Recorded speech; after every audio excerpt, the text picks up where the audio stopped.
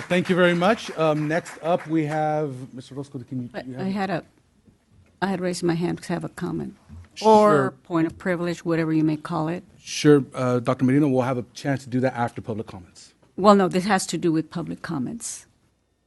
It has to do with what you just stated, that public comments are limited to 3 minutes total. So Go ahead, Dr. Merino. No, so Go ahead, make your comment. you cited the board policy. Okay, so I voted no for the board policy, so I'm asking you as the board president and the board that we do not limit our public comments to a total of 3 minutes, because in essence, that's preventing from hearing what the public has to say, and I don't see why there's a reason not to hear what the public has to say. If we are to go over time, we could always request the board, if we want to go over. We have gone over time in the past. I don't believe that's going to take more than 30 minutes total, but when when there's a blatant decision to, okay, we're going to limit to a total of 3 minutes, I don't believe that this is totally, the board is not really wanting to hear from the public.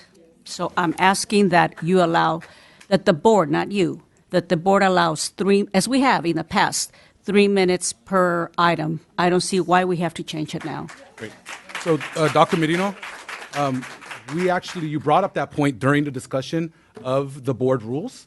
You didn't vote for the board rules, but 4 other members of this Board of Education did vote for those board rules, and the board rule passed. Now, if you want to make an exception for a specific speaker, Ms. Castile just was able to do that with the board motion, a procedure motion at the time. We can always suspend the rules or change the rules as fit, but we will follow the rules.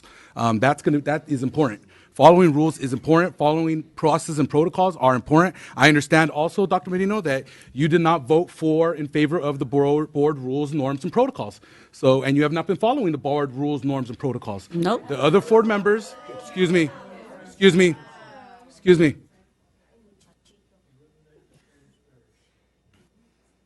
Thank you. We have to be able to follow the rules. We have to be able to follow norms and protocols. That is what's expected of us. That's what we should be doing. And those who ask to not follow the rules, those who ask to break the law, I will not do that. I will follow the rules. I will not break the law. I will not. We have to follow the rules. That's what the rules are there for us to be able to follow. And that's how we keep decorum, and that's how we keep order. And that's all I'm trying to do.